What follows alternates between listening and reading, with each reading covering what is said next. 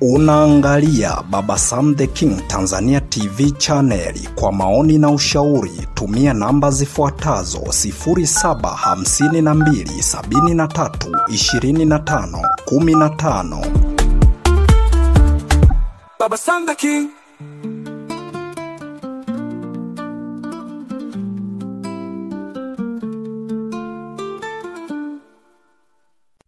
Uhali gani mpenzi mtazamaji wangu na msikilizaji wangu wa simulizi za sauti. Karibu tena katika simulizi zetu za sauti ambazo umezoea kuzipata hapa. Na hii simulizi sio simulizi nyingine, ni ile simulizi yako pendwa ambayo inaitwa Sina Makosa sehemu ya 4.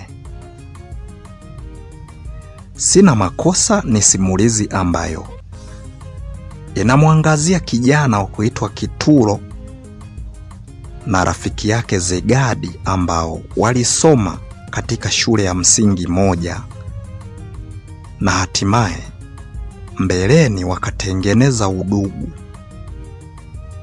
Kama endapo utakuwa haujasubscribe channel hii, inaitwa Baba Sam the King Tanzania TV channel, na chini ya video hii kuna kitufe ambacho kina rangi nyekundu, pia kina alama ya kengele. Ukigusa hapo moja kwa moja utakuwa ni mwanafamilia wa Baba Sam the King Tanzania TV channel. Tunachokuomba subscribe, like, share, comment ili tuweze kupata mchango wa mawazo yako. Sasa karibu sehemu yetu ya 4 ya simulizi hii, tuendelee kuangazia hawa vijana, tuone ni kitu gani ambacho kiliendelea kwao.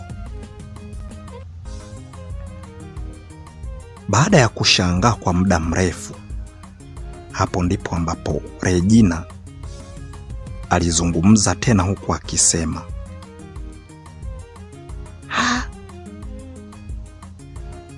rafiki yangu, mbona inaonekana una mawazo mengi?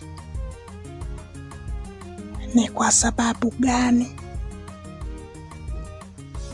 Kisa huyo mvulana? Achana naye, kwani si utakuja kupata mwingine? Au wewe unaona kuwaza sana ndo kumpata huyo kijana? Baada ya kuzungumza maneno kama hayo, Recho alizungumza huku akisema, hapana rafiki yangu, sio kwamba eti mimi nataka nimpate huyo kijana. Msaada unapokuja ni sehemu moja. Ameniachia baiskeli yake, amekimbia. Sasa mimi nampata pataje? Baada ya kuzungumza maneno kama hayo Recho, Regina akazungumza huku akisema,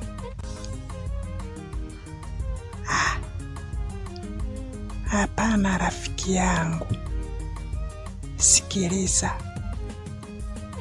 nina namba za kijana, anaonekana na yeye anauza karanga. Huenda naweza kawa ni rafiki yake, kwa sababu ana baiskeli ambayo inafanana na hii. Sema hii hapa ni ya kijani, lakini yule anayo ya njano. Kwa hiyo ngoja nijaribu kuwasiliana naye, kama atakuwa ni rafiki yake anielekeze sehemu anakoishi, tunaweza tukaenda kuwatembelea. Kama ni rafiki yake pia mtoto ukamkabidhi baiskeli yake. Au nasemaje Recho? Baada ya kuzungumza maneno kama hayo, Recho akazungumza huku akisema, rafiki yangu, hapa utakuwa umenifanyia jambo moja nzuri sana. Unajua nina wasiwasi. Baiskeli ya watu. Kwanza najiuliza kama endapo ningekuwa sijui kuendesha baiskeli, hii baiskeli ya watu mimi ningeiweka wapi? Lakini kwa vile najua kuiendesha ndio maana nimekuja nayo mpaka hapa. Ndio maana unaniona nayo. Huu ni msala mzito. Wakienda kushtaki kituo cha polisi kwamba kuna binti ameniibia baiskeli, unafikiria mimi nitaishia wapi? Nisaidie rafiki yangu. Baada ya kuzungumza maneno kama hayo, basi moja kwa moja walijadili kwa pamoja. Hatimaye wakaichukua hiyo baiskeli na kuipakia ndani ya bajaji ya Regina. Hatimaye Regina kaanza kuendesha bajaji huku akimpigia simu yule kijana ambaye amesema anauza karanga, ambaye ana baiskeli ambayo inafanana kama hiyo hiyo. Sema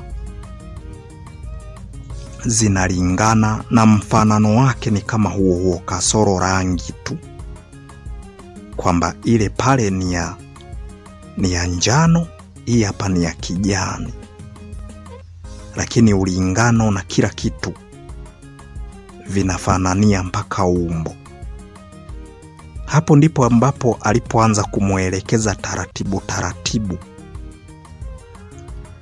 akawa anaendelea kwenda, kutokana kwamba hao vijana ni watu tayari wameshazoea kila eneo la njia. Alimuelekeza mpaka pale kwa Zegadi. La haula, kumbe yule alikuwa ni Kituro, ndiye ambaye aliyemkabidhi namba Regina baada ya kuwa amenunua karanga kwake nyingi. Baada ya kuona wamefika pale, bajaji imepaki, walifungua mlango wa bajaji na kutoka nje. Baada ya kutoka nje tu, na wale vijana wawili, yaani Kituro pamoja na Zegadi, wakawa wamefika pale. Zegadi baada ya kutazama kidogo, akamuona ni dada mwingine, na yeye amevaa vile vile bangili za dhahabu, saa ya kike mkononi, na yeye amesuka vile vile, lakini isipokuwa tu yeye ni mrefu zaidi ya huyu. Kilichokuja kumpigisha butwa tena na kikamshangaza ni kuona yule dada ambaye aliyekuwa amemwacha huko na baiskeli, na yeye ameshuka katika hiyo bajaji. Akaja moja kwa moja akamsogelea mpaka karibu kabisa. Hofu tena ikaanza kutanda upya. Recho akaanza kuzungumza huku akisema,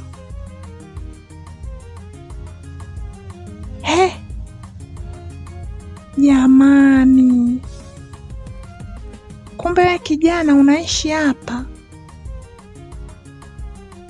Bora hata nilivyokukuta, ili niweze kukukabidhi baiskeli yako. Nisamehe kwa kilichotokea, sawa Lakini ulizingatie lile ombi langu ambalo nimekwambia, ninakupenda mwenzio. Sijui unaniwazia vipi.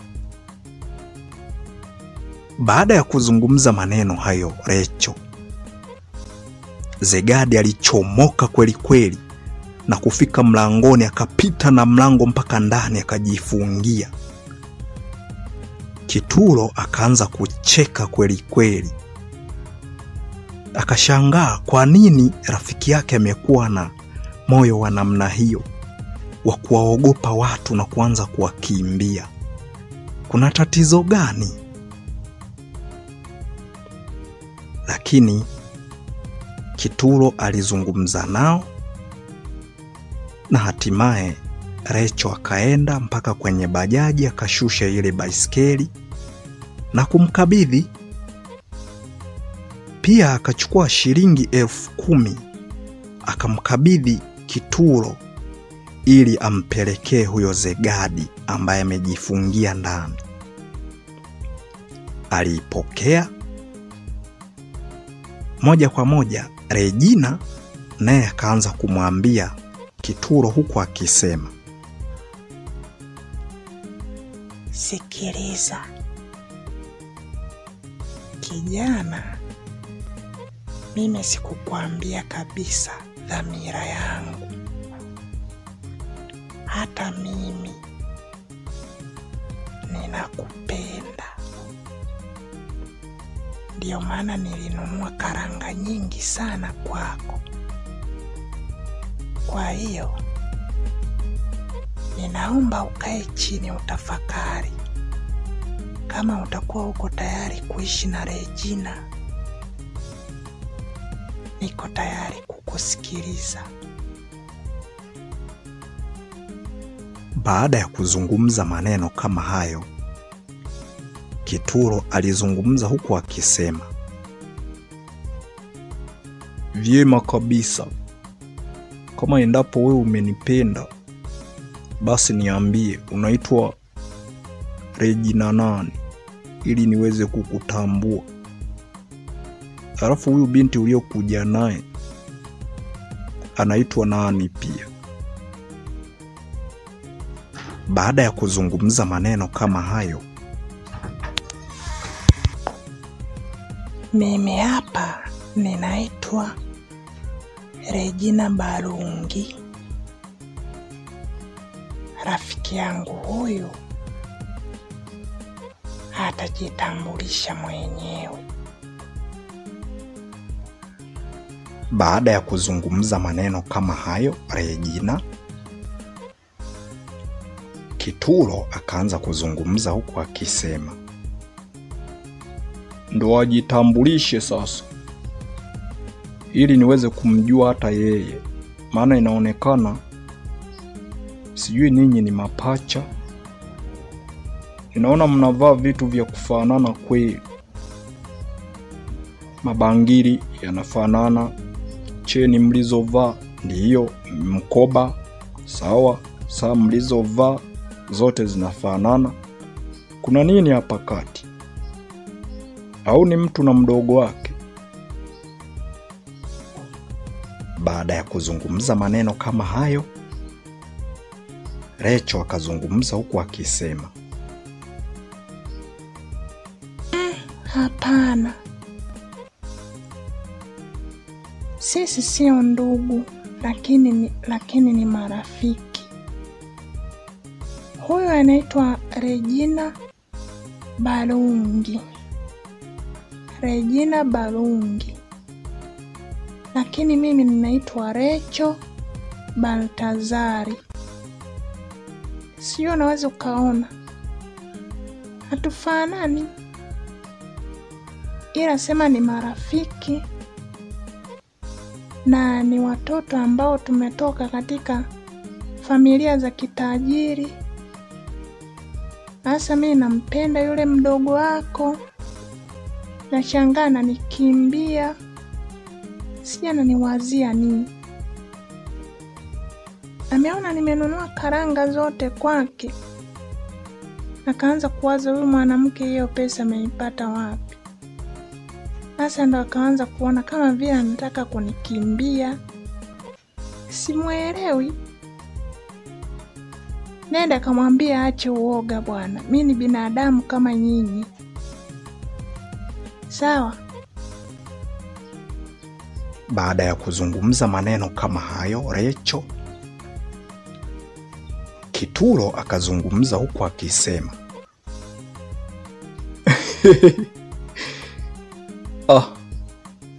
nitaenda kumueleza, naamini tutaelewa. Hizi ni changamoto tu, lakini naamini zitaisha tu. Atakuzoea wewe. Na kumbukeni, sisi tukiwazoea, na mmesema mnatoka katika familia za kitajiri, tutawaomba hela ninyi mpaka mtatukoma. Baada ya kuzungumza maneno kama hayo, Regina akazungumza huku akisema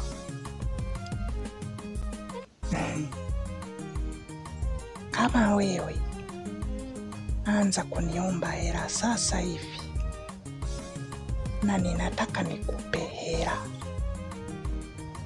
Shika hii hapa hela, hakikisha wiki nzima wendi kuuza karanga. Sawa? Baada ya kuzungumza maneno kama hayo, alishangaa sana, kwa sababu kupewa nyekundu 25 ikimaanisha 250,000 sio kitoto. Aliona ni kama vile mfalme kaja katika maisha yake. Recho alizungumza huku akisema,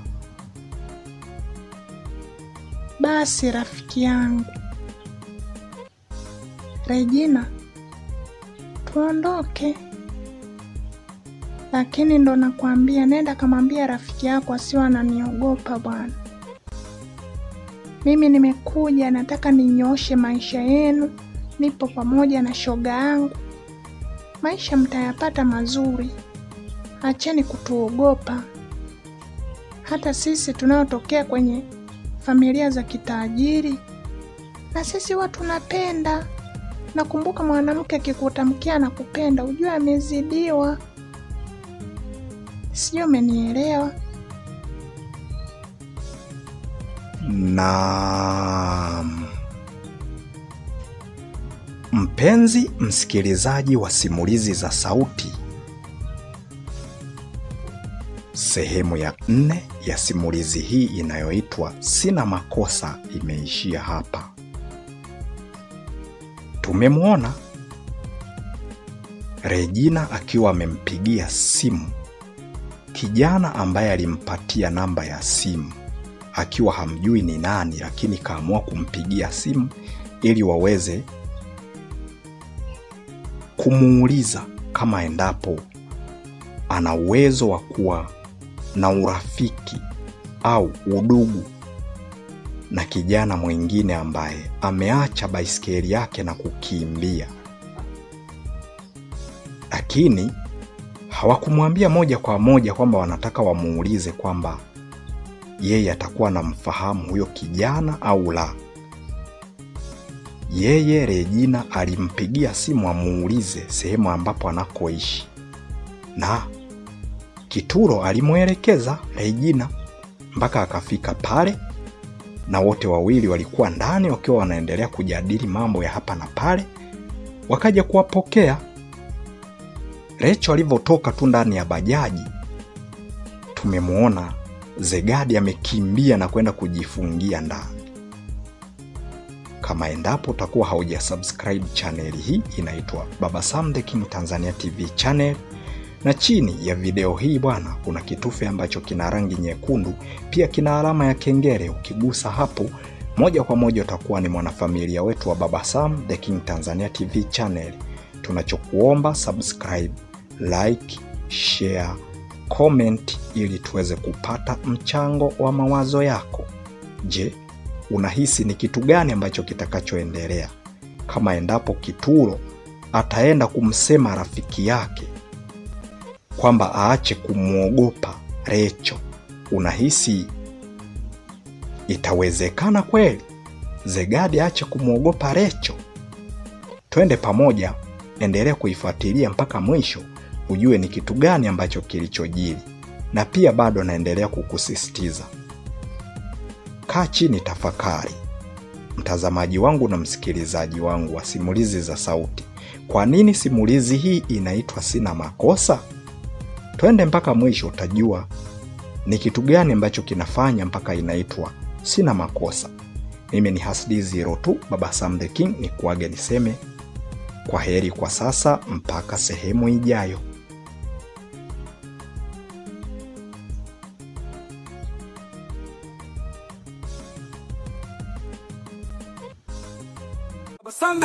Unaangalia Baba Sam the King Tanzania TV channel. Kwa maoni na ushauri tumia namba zifuatazo 0752732515.